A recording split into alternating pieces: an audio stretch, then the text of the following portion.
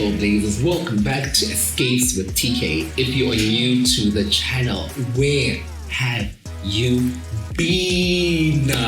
Well, 3 is the steps for you to join the community of Trailblazers. 1, hit the subscribe button right here. 2, like, comment, and share this video with somebody who can benefit from the conversation. And thirdly, guys, this is a community, so we're trying to build.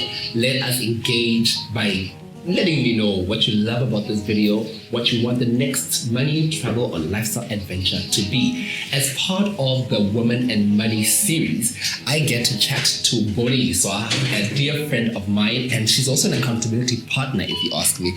Many a time we have conversations about money, and she will call me and be like, oh, did you see this? Did you see this new technique? So I had the privilege of chatting to her today. Hi, Bon, how are you? I call her Bon, by the way. So she'll introduce herself and let you know who she is, and then we'll get straight into the conversation.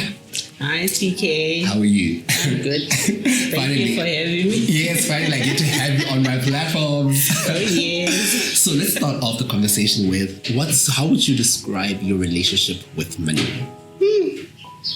Mine is very complex. I say complex because it changes all the time. And there's so many elements to this relationship. And all the time I think, I think I know everything that is to know about this. If something comes up and I've never really thought about it.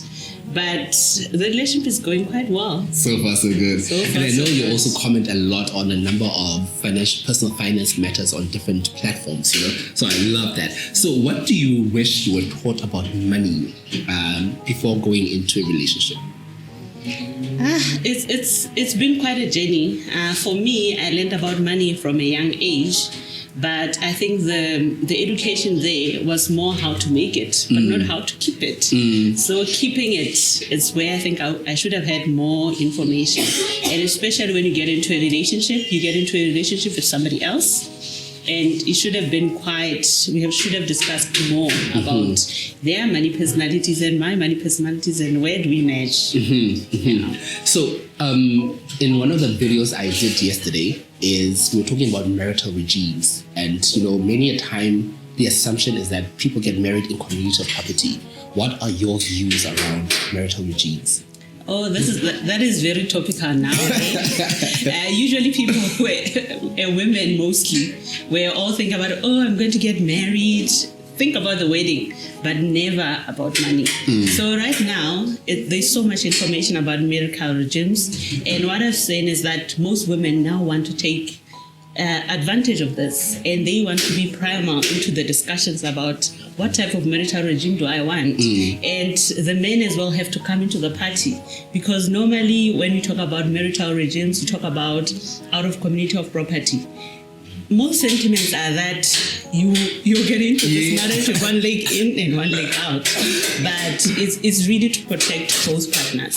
So I really believe before people get married, they should talk about what marriage regime they want and discuss fully, because all partners are going to benefit equally regardless of what marital regime it is. And if the other party feels their views are not taken into consideration, there's so many options.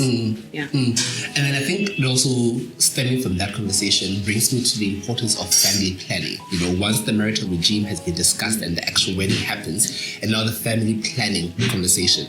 How important is it in your view for families or couples to discuss the actual family, the number of kids we're going to have? You're going to get into the mess here. I doubt many married couples will really say they really considered family planning. It just happens. But it's really important that couples have to discuss how many children they want, whether they even want to have children, and also when will they have children. There are all times when people say, I don't think it applies now, because even the standard of education, the level of education you want for your kids, and I love the fact that people can choose also not to have kids, because I've got a couple of friends that don't have kids, and they're very happy. But again, society will look at them and say, Where's their problem? So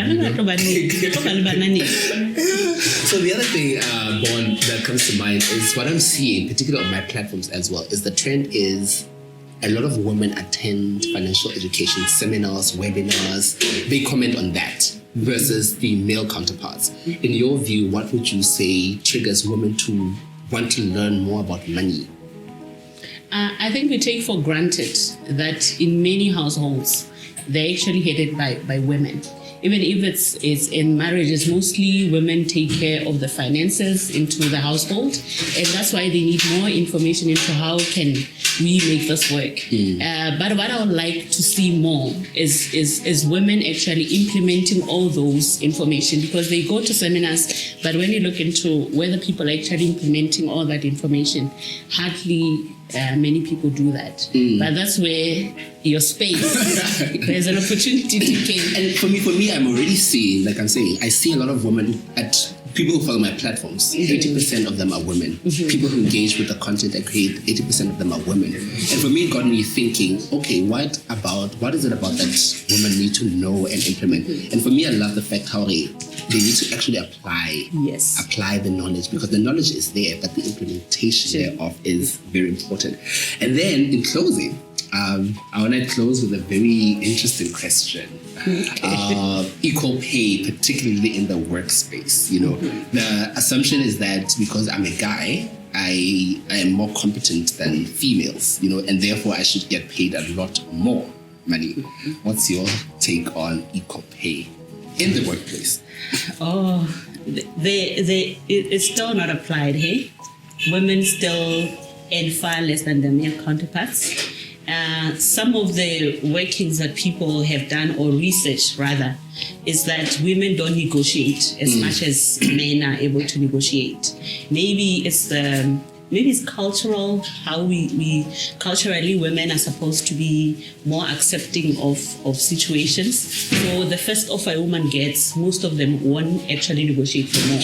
They will look at it and say, okay, yeah, I'm okay with the offer, but they could actually get more. So women do not negotiate for better offers. But on the other side as well, there is the issue that a woman will go into a maternity leave. Even at that point, the woman might not be married, but it's already been discussed that they will go to maternity leave, and it's as if men are better at performing at a specific job, or men are likely to leave, so they should be compensated more, because, like I said, most women, we are accepting of most situations at work. So that's why you see that equal pay is still a topical discussion, and I think it's across the globe that women are still being paid far lesser than their male counterparts. Which in my view needs to change almost immediately. If I could change it, I'd be like, change it. And then the last, I know this was not part of our conversation, but the last question I want to ask is, before we get to the closing remarks, investing. I know you're very pro hashtag dividends.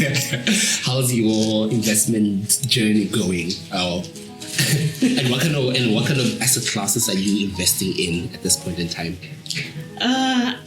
I love investing, hey? Like TK said, I love dividends. So I think at the moment, I have quite a mix of baskets that I'm looking at, but mostly I like resources. But now I'm actually into retail as well as looking at the production side of the market, because now I look at with Corona, we now have to look at producing products in South Africa and in Lesotho. So that's why I like more brands like Tiger Brands and saying they have to up their game. So I have to be in there, but it's mostly resources and retailers. Okay, great. Yeah. And then in closing, final comments or closing remarks for a young person, young ladies specifically, well, guys as well, but predominantly young ladies watching this video, is what do you say to them? I will say to them, start your investment journey quite early. For me, when I was young, I was all about age. I've been studying. I need to travel. I need to travel my money. I need to be satisfied so that by the time I get into adulting, I should have done everything there is to do. But you can start quite small, like a portion, 10% of your salary you can put aside. And also at a young age, you should already be focused into what is it that you want to do as you get older? Are you interested in property? Are you interested in agriculture? And start investing towards those. So start small, 250, 100 rand. It goes a long way. 10 years later, you probably have something sizable to do. 250 or 100 bucks goes a long way. And just like that, the conversation with Bon or Boniswa is done. Thank you so much for watching this video. If you like this video, you know what to do. Give it a thumbs up, comment, like, share it with some person who can benefit from the conversation. Subscribe, because we're trying to grow the community. And again, shout out to Everyday Cakes, situated in Maseru. I always forget the location. Situated in Maseru, on your way to Botswana. They got the most amazing cake, wine, and I had the soup earlier on today. Well, the other day. So just like that, guys, love, peace, and money. Until the next video, cheers, bye. Well done, Bong. Well done. Woo.